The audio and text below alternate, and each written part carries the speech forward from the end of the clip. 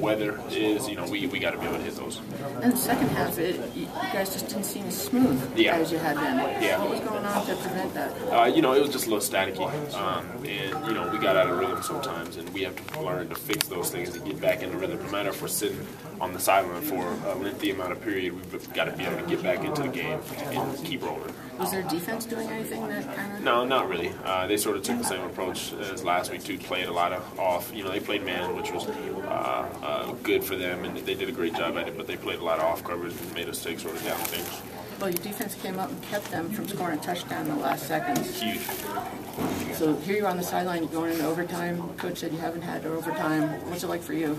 It's more football, and like I said, it was a hard-fought win, and I went to double overtime. So how we came out with the W, defense did a great job, and then second overtime keeping them to the field goal, and we got that touchdown. In that second overtime, were those plays you were planning on running, or is that just you didn't see? The second one, not technically supposed to pull that ball, but it happens, and we scored a touchdown. So, we had sort of been talking about it. It's never really supposed to be pulled, but the whole game, the defense was sort of just flowing. And I went to coach. I was like, "Hey, man, they're freaking flowing on this. Whole game, we're giving it all." And then just that one time, they made the wrong move, and so we pulled them in, and it works out. You were not going to be denied, huh? No, couldn't be. Some of those throws that were floating on you, they really were.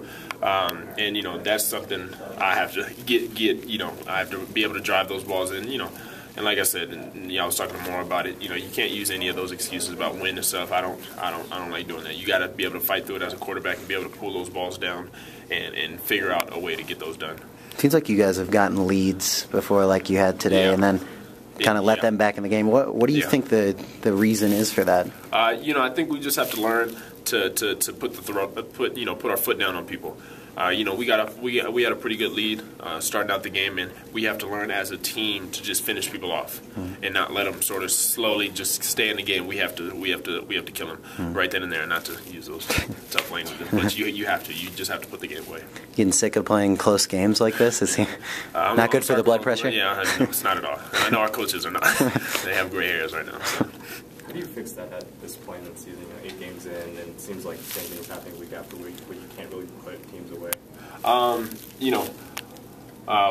You have to be able to fix it. No matter if it's beginning of the season, middle, and you got to be able to finish games. And luckily a lot of these close games we've came out on top. But it'd be good for us to be able to put teams away, and we have to find a way to do that. How big was this one? It was big. I'm sorry. It was big for us. A win's a win. And Colorado played a great game. It's our homecoming. So they played a great game, and kudos to them. They did everything they could, and they had a good time. But for us, we had to pull out the victory. We're 6-2, and we still are in the hunt for things. What is it if your confidence or mentally when these throws that you're normally making kind of aren't there for you? Yeah, that's the one thing. This year has been so great on the deep balls. That's one thing I've focused on this offseason.